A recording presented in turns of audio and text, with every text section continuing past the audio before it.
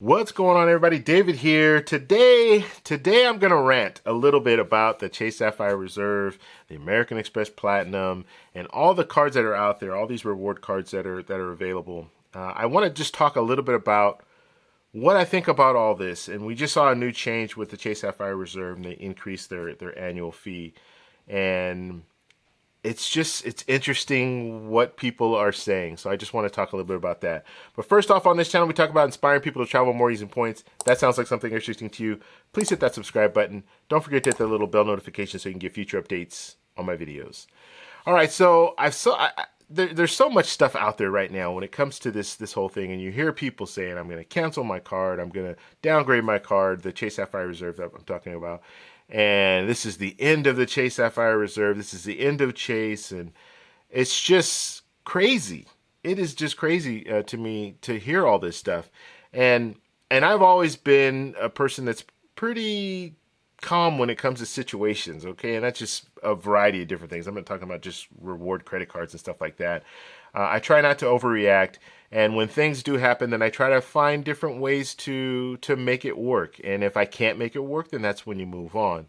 And so it's just amazing to me that we're at a point right now where they just gave us the new benefits. We know what they're going to be already, but they just gave us some benefits, and you already have people saying that they're canceling their card. And in a lot of situations, it doesn't make sense, because if you've already paid your annual fee, like in my situation, August of 2019, I paid my annual fee, $450 annual fee. I'm not going to have to pay another annual fee until August of this year. So I would be overreacting if I canceled my card right now, or if I downgraded my card right now, because I'm missing out on those benefits, those extra benefits that I could get with the $450 that I've already paid. So it's one of those deals where a lot of people, they're saying, oh, I'm canceling the card, I'm canceling the card. They're not canceling the card, not unless their annual fee is going to hit soon after April 1st. Then it might make sense, okay, maybe I should try to get these benefits out of the way, take care of the benefits, get the $60 DoorDash credit, and maybe use a couple of lifts if I use Lyft, and then cancel the card right after April 1st. But that's the only time that it makes sense. All these other people out here saying they're canceling the card, they're doing this, they're doing that, they're doing this, they're not going to cancel the card. Not until it comes to where their annual fee hits, or downgrade the card when it comes to where their annual fee hits. They're not doing anything with their cards right now. So I think there's a lot of drama behind it, and it just doesn't need to be. And I get it. I mean, it's another thing that kind of bothers me about the whole situation is I think we're very tribal, so we get into this Chase versus American Express versus Citi, and we shouldn't even be doing that either, because bottom line, it's them against us, the consumer. So a situation like Chase raises their annual fee to $550. So what does that mean for American Express? Does that mean American Express is now a better card, or everyone should flock over to American Express?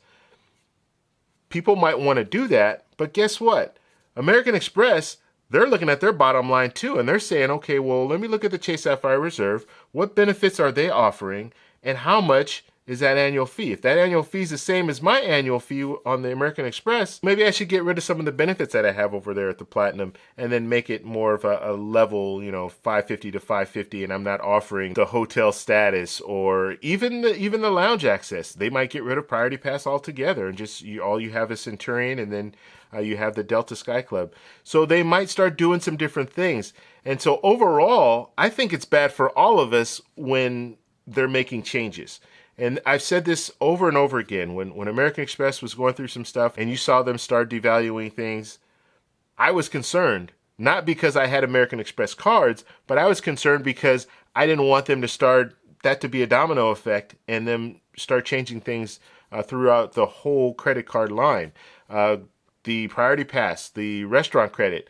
I was concerned when American Express changed that restaurant credit and they got rid of it, because I was thinking, okay, well, Chase might follow suit, right? And they still might. I mean, you have to look at things like that. So when it comes down to it, yes, it is very frustrating when I hear people saying, I'm canceling my card, or I'm downgrading, and you see the the Chase Sapphire Reserve with a grave site and all this stuff. It's like, this is crazy. This is crazy talk. People were talking about American Express when they raised their annual fee to $550, and then they gave you the Uber credit. It was a $200 Uber credit. And then when everyone found out that, oh, I can only use $15 a month, and then $30 on, or what, $35 on, whatever it is, on the in December, people were like, what is this? And so I'm surprised the Chase Sapphire Reserve waited this long before they raised, because this is 2 years after the American Express raised their annual fee to $550 on the Platinum card. So I'm surprised they waited that long. But it's a year from now, people are not going to be talking about this anymore. There's going to be something else that people are going to be talking about.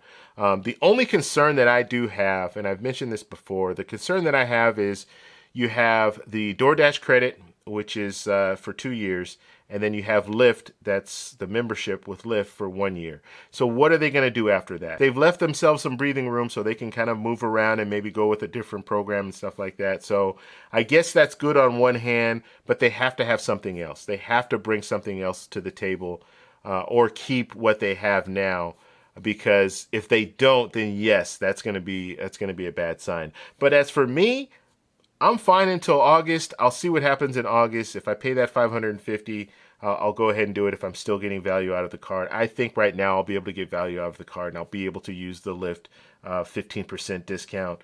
I'll use that, and I'll use the DoorDash $60 credit. I don't see any reason why I wouldn't be able to use that and wouldn't be happy with what I get with that. So I want to know what you guys think, though. Do you think that this is a lot of just drama, YouTube drama, or what? Please let me know down below. If you like this video, please give me a thumbs up. Please subscribe for more, and I'll talk to you in the next one. Bye.